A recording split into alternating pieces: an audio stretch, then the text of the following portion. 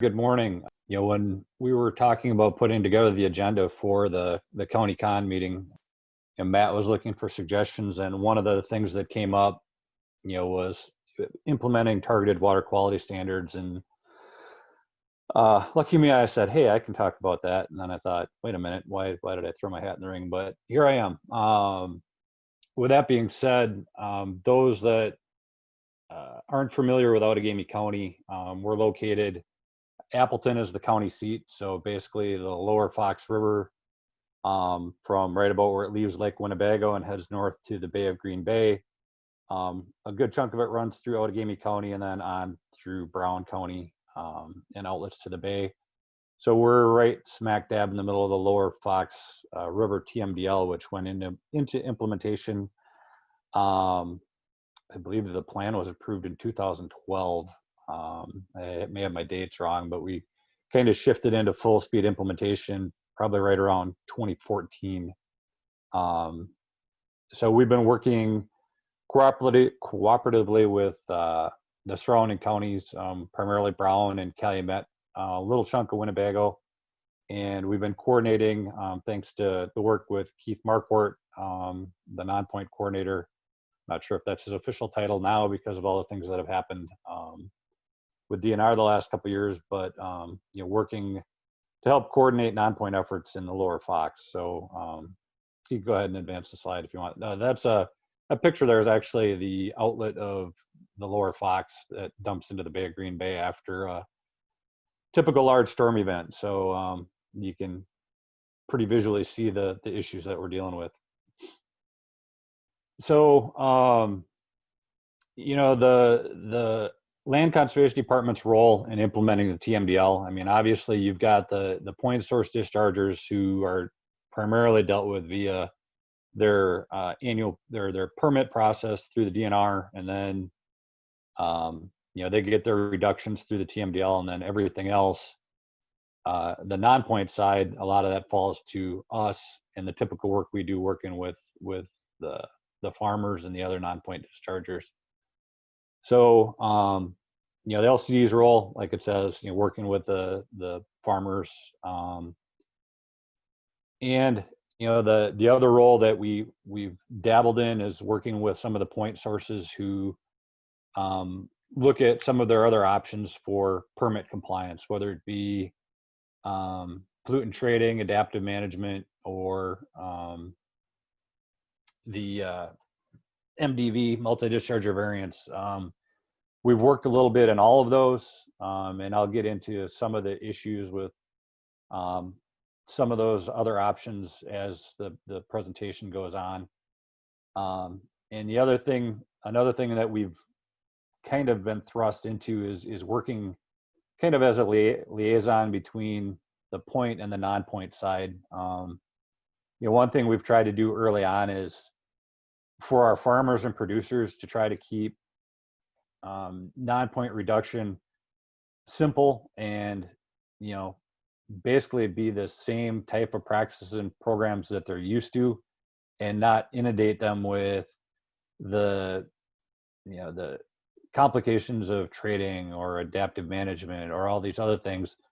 Just trying to keep it simple and have them understand the practices and not necessarily all the programs behind any of the cost sharing behind them, and to try to keep as many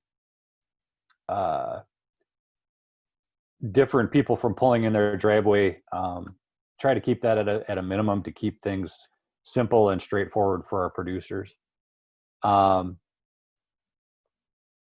other thing that we learned early on in the process is that a TMDL is a beast if you look at it as a whole and say, okay, how are we going to work on implementing this thing? Do we just dive in and do it, or are there other options or better options? And one thing that we as a group, as the ag implementation team with Outagamie, Brown, Calumet, Winnebago, and our partnering agencies, we sat down and determined that a better approach would be to break the larger TMDL down into smaller HUC units. We decided to go on the HUC 12 level and actually develop individual 9 key element watershed plans on those Huck 12s within the TMDL. So we identified the highest delivering Huck 12s first and made them our first priority. And now we're working our way down through the list. And once we have those 9 key element plans in place, it helps us to identify, all right, where are we going to get our reductions? How much is it going to cost? And then also serves as a tool for us to go out and help to get grant funding for the implementation. So the other thing the role that we kind of fell into the middle of is somewhat directing traffic of all the different things that start happening once TMDL implementation hits. So go ahead and advance. Sorry for the very busy slide. Where we've been in the past, that aren't really going to change too much when you get into TMDL implementation.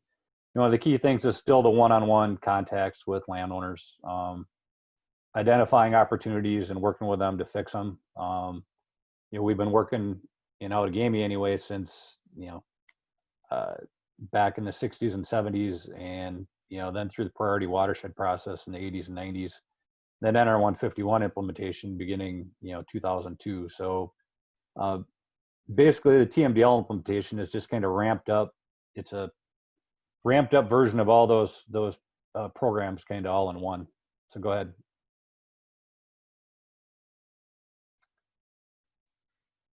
Like I mentioned, one thing that we decided to do was basically break up that bigger problem into a lot of smaller, more manageable size projects. So taking that big basin and breaking it more or less into small priority watershed projects at the Huck 12 level. It is just that, a 9 key element plan. If you've ever dealt with the old priority watershed program, they're basically small priority watershed plans. So I was fortunate. There was some funding early on in the process that DNR had some funding available that enabled us to, I was able to bring back one of our old priority watershed employees actually that had worked on putting together a watershed plan, the WI plan at the time.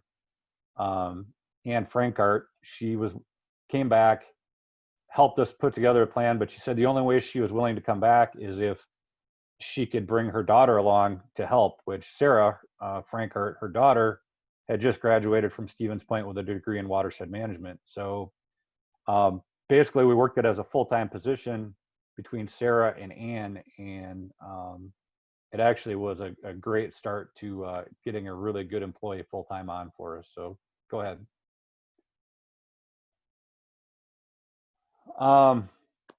Like I mentioned, this is just a map of kind of how we broke down the Lower Fox into based on priority and delivery to the bay. So if I don't know if you can see my mouse on the screen or not, but the Plum and Kankapot Creeks down here in the southeast portion of the watershed were the highest two delivering watersheds in the TMDL. So those were our first watersheds that we went after with the 9 key element planning, and we were able to pull together that plan and get it approved by DNR and the EPA. One thing in that process and through this whole TMDL process that I'll kind of get to is we really started working much, not that we didn't work closely in the past, but Brown and Calumet counties became essential in making this all work. And early in the process, we developed a cooperative agreement between the counties that basically enabled us, particularly, levy funding is a little trickier to send levy funded employees over county lines to work into Brown or Calumet County. But when we started getting grant funding in and we had, basically funded employees, the county lines became very blurred. We've got some of my staff are working into Brown County with a lot of their producers, and vice versa with the demo farms projects and whatnot. Brown County staff are working into Outagamie. Calumet county brought on some additional engineering staff. They're designing projects over county lines. So it's become really a much more broader team effort amongst the counties. Go ahead.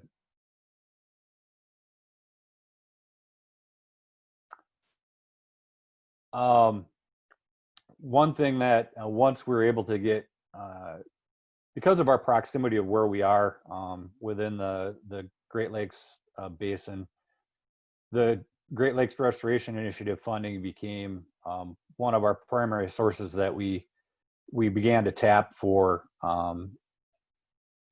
getting funds for both staff and implementing the 9 key element plan. So one of our first grants, we worked cooperatively with the Fox-Wolf Watershed Alliance to put together a pretty large grant for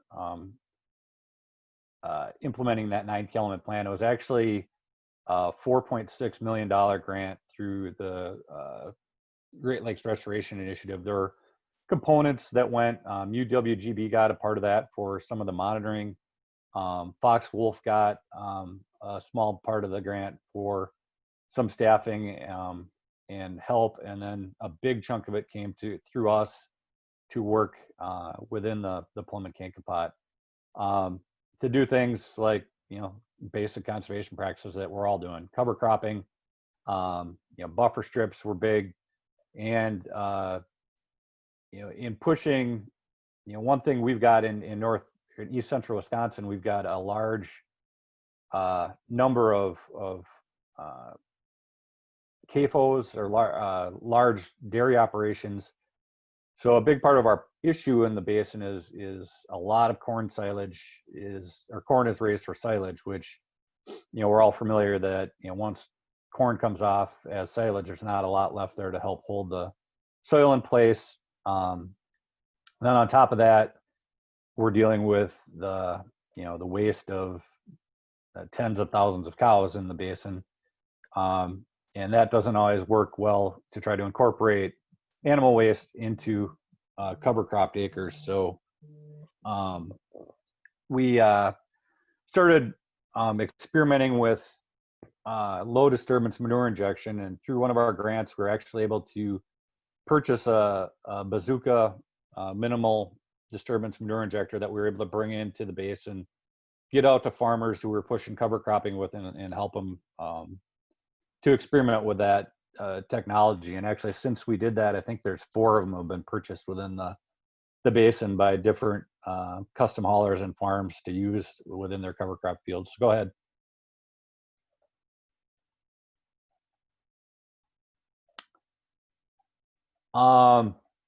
The other thing that we worked with a little bit with the Alliance for the Great Lakes kind of came in to experiment with a program to lay out how pollutant trading would work within the Lower Fox. And this was kind of early in the process for trading in Wisconsin, and DNR hadn't really dealt a lot with it yet, and nor had we.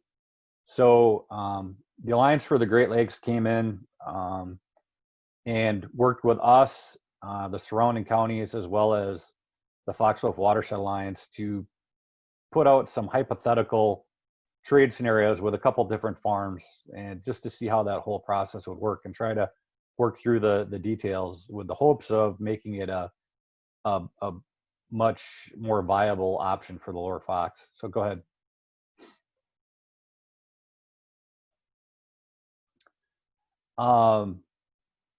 Other things that we've been working with since the TMDL kicked off are, and I think they've started to become a much more common thing around the state, are the demonstration farms network. Working with NRCS and Brown County were the initial start of the Lower Fox demonstration farms network, and it actually that has kind of blossomed into a pretty broad network of field days. I think we've got in the Lower Fox, I know I'm going to get the number wrong, but I think it's expanded to 5 or 6 farms now. Plus we've got satellite farms and farmers doing different practices that on field days we stop out and check out those events. And then it's actually culminated into a Whitney Presby that works for Extension out of the Green Bay office. She works out of Brown County Land Conservation Office, actually. She's done a really great job of helping promote the Lower Fox demo farms. They do things like field days on the fly. They do basically it's a text program. If there's farmers just out, say, trying our bazooka manure injector, we can say, hey, so and so is using the manure injector on this day between 10 and noon. Stop out and check it out. So it's just become a pretty neat way of getting people out to see stuff and what we're doing. So go ahead.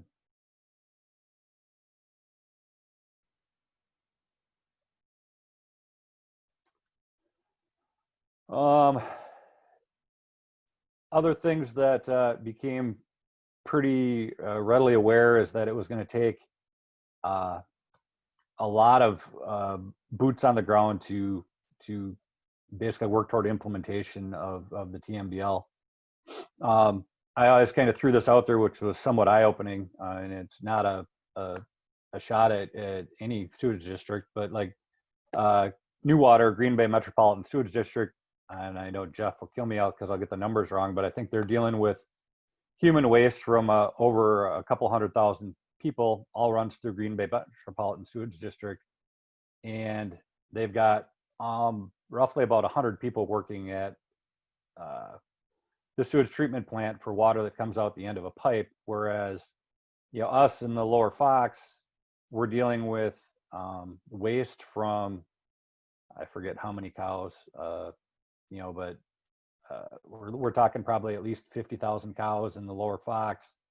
Spread that out, one cow is equal to, I'm not going to count the number of people, but there's your equivalent, and we've probably got, between all 4 counties, boots on the ground staff in the neighborhood of 40 or 50 dealing with waste from animals that spread on the ground over the entire basin. So it's a perspective of scale, and we've talked as a group of what it's going to take to ramp up if we truly want to meet the TMDL goals and objectives. Go ahead and advance.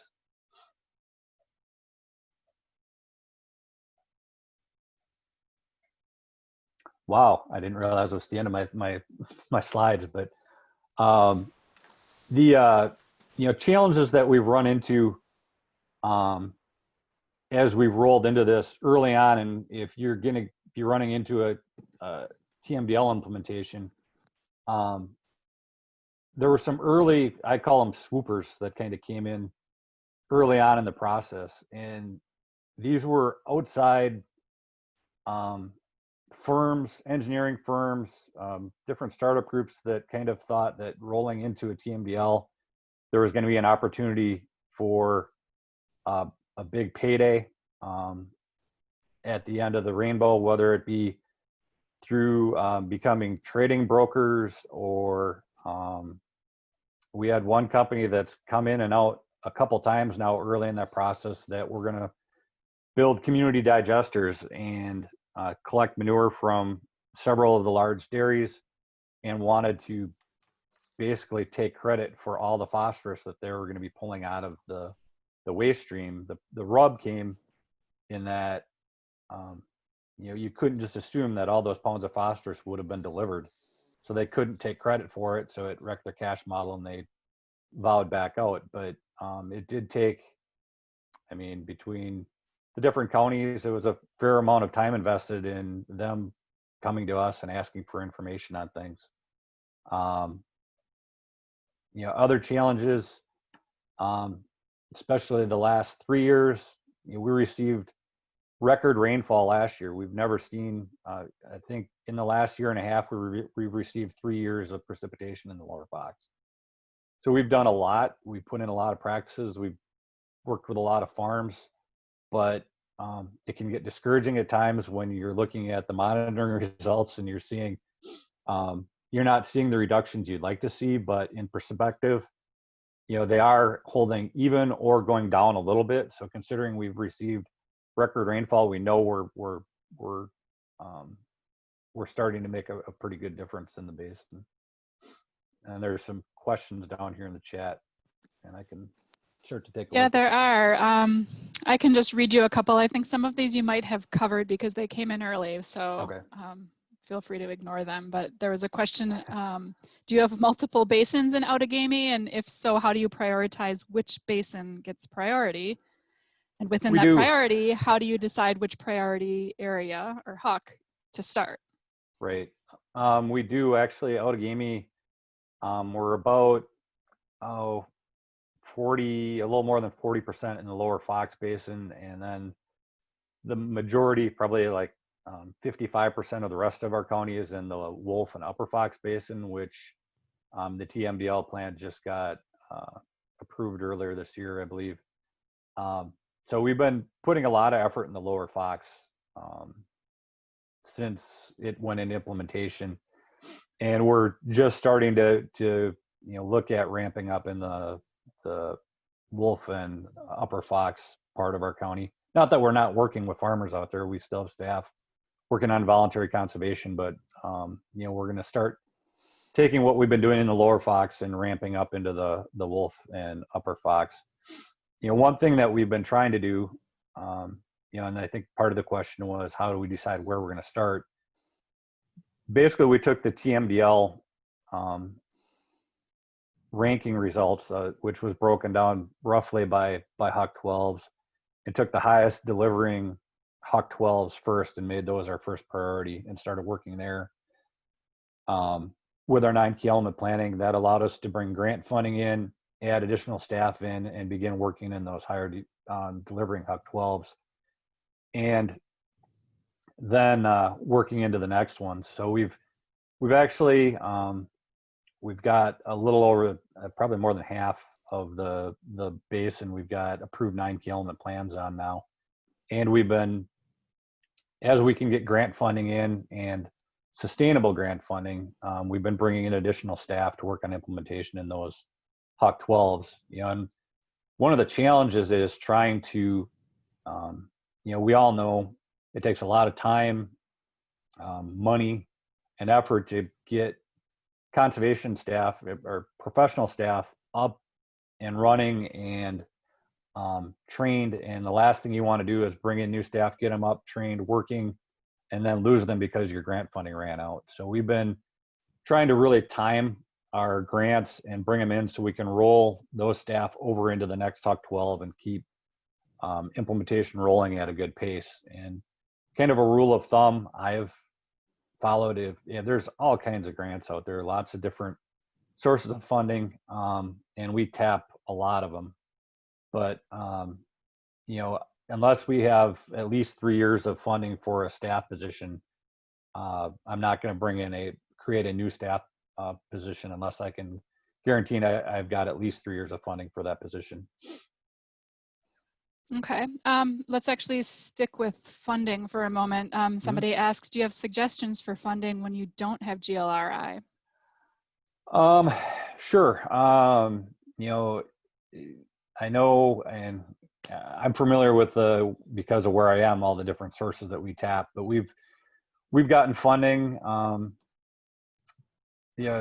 is the Green Bay is an area of concern in the Great Lakes. We've gotten some AOC funding in for projects. We've gotten funding from the Nature Conservancy. They've helped to actually purchase some additional equipment to get out to farmers to try. The Nature Conservancy helped us purchase a Valmar air seeder box, which we coupled with a 12-row corn cultivator, and we put interseeder units on it, and actually we've been interseeding a lot of cover crops with that. We also got some funding. No, that was GLRI funding, but we have several pieces of equipment that we've gotten through different funding sources that we get out to landowners to try to save them from having to invest before they try new equipment and invest on their own. Okay. There's a question here about tracking. How do you track everything to ensure that you meet the match requirements, don't double dip, report the correct information? Do you have in-house programs or spreadsheets? I've got a wonderful comptroller in our finance department that is a Excel spreadsheet guru, and she is great with pivot tables and things, and created this giant freaking spreadsheet for me that early on it was a lot of bookkeeping, but once she kind of delved into it, we've got a pretty complicated spreadsheet that we use that helps us to track, match, make sure that we're getting all of our reimbursement deadlines. Some are quarterly, some are biannually, some are annually. Large grants, we probably operate under at least 8 to 10 different large grants that we're juggling for implementation within the TMDL. So you're right, tracking match can be challenging, but that spreadsheet has helped us a ton. Okay. You touched a little bit on staffing. There's a question asking, are you still out implementing general performance standards and prohibitions countywide with some staff, and then other staff focusing on smaller geographical areas? Yes, yep, we are. We've got, we've still got our existing staff that we had pre-TMDL. Our engineering technicians are out working on compliance, working on just voluntary conservation. We're about 50-50 within the department. We've got project specific staff that as we grew, I actually made one of my changed position titles for one of my staff into basically the project coordinator for the Lower Fox TMDL implementation, just because it became too challenging to try to keep all those balls in the air myself. So basically I've got supervisors who supervise those employees that are working on the TMDL implementation in the Lower Fox, and then we've got the rest of the department working with voluntary conservation and implementing performance standards in the rest of the county. Okay. I think that covers it for current questions. If anybody else out there has a question, they could quick type into the chat box. We do have a few more minutes. Actually, we have about 10 more minutes. So told you I'd get done early. I think part of it is, early on, it was kind of mind-boggling to looking at the scale of things, but there's really a lot of opportunities if you start looking for them. And like the question came out, and we are pretty fortunate that we do fall within the GLRI area. Not just through, we have some GLRI funding through EPA, we get GLRI funding through Fish and Wildlife, we get we've got funding through the United Tribe. They have a big chunk within the basin, so we work cooperatively with them. And then we've also got Green Bay Metropolitan Sewage District, or WI, who has chosen to go the adaptive management route within the Lower Fox Basin. So we have a contract with WI, and one of my staff is funded by WI, working in their adaptive management watershed area. So it's they're kicking into full-scale adaptive management here. They're on the brink of getting their permit approved through DNR, and they'll be kicking into full-scale implementation there. So we're pretty involved with WI as well. Okay. These programs are rather complicated. How do you keep the cost sharing uncomplicated for the landowner? We've always looked at the practice as the practice, and then tried to best fit the cost share program, the best fit of a cost share program for the practice for the landowner. So, we might have a farm where we're tapping a couple different sources of cost sharing to get the projects in. So we've always tried to best fit, keep from the landowner's perspective, keep it as just the conservation practices, and then we're working behind the scenes that this is the best fit program for this, and then tying them with that cost share program. So it's kind of helping them and being that mediator between the complications of the program and just keeping it basic conservation for the landowners. So that's one thing we've always strived to do, and it's helped. It's worked. I mean, not that we're hiding the programs from any of the landowners by any means. We explained as much as we can, but we try to keep it as simple as possible.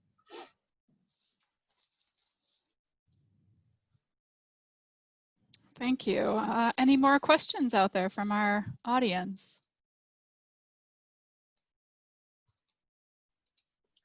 One thing that we were fortunate, that I kind of breezed over it.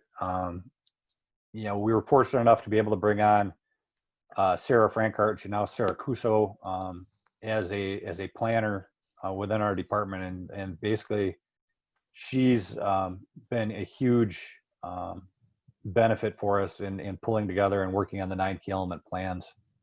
And she's helped Brown County, she's helped Wapaka County, and on some 9 key element planning. So she's been crucial in helping us get those plans pulled together and helping us get be eligible for some of this additional funding. So I know it's not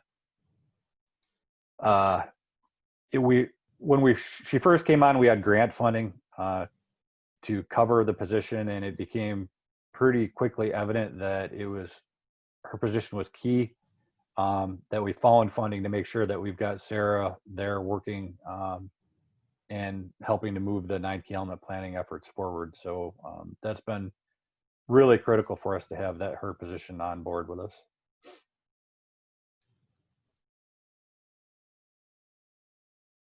And I'm more than happy, anybody ever wants to talk or ask questions, feel free to shoot me an email or give me a call or whatever. I'm more than happy to help out. And as I'm sure any of our non-point implementation team in the Lower Fox, we have pretty regular meetings. Like I mentioned earlier, Keith Marquardt, the non-point coordinator, TMDL coordinator for the Lower Fox,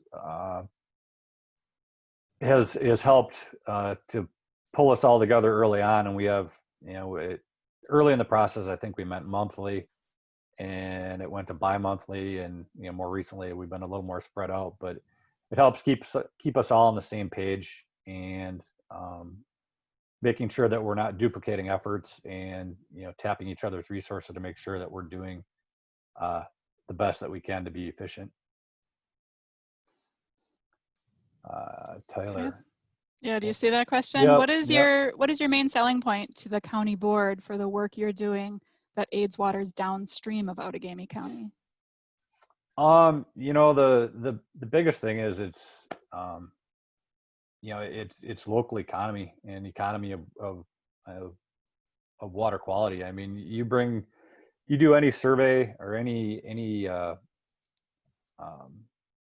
questionnaire of landowners, one of the top concerns that they have is clean water and water quality. So if you can link that to economic development and what our local resources bring into the economy, it's huge. And by having degraded resources, it has direct impacts on our local economy. So it's putting a price tag on it, and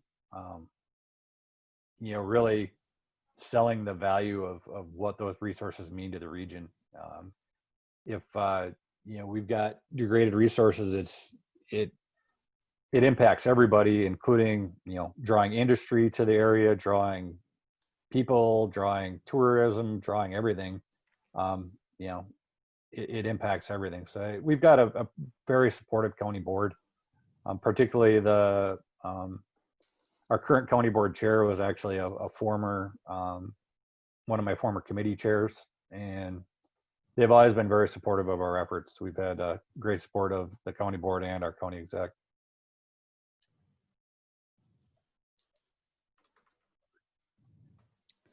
Well, that seems to cover all the questions that we have here.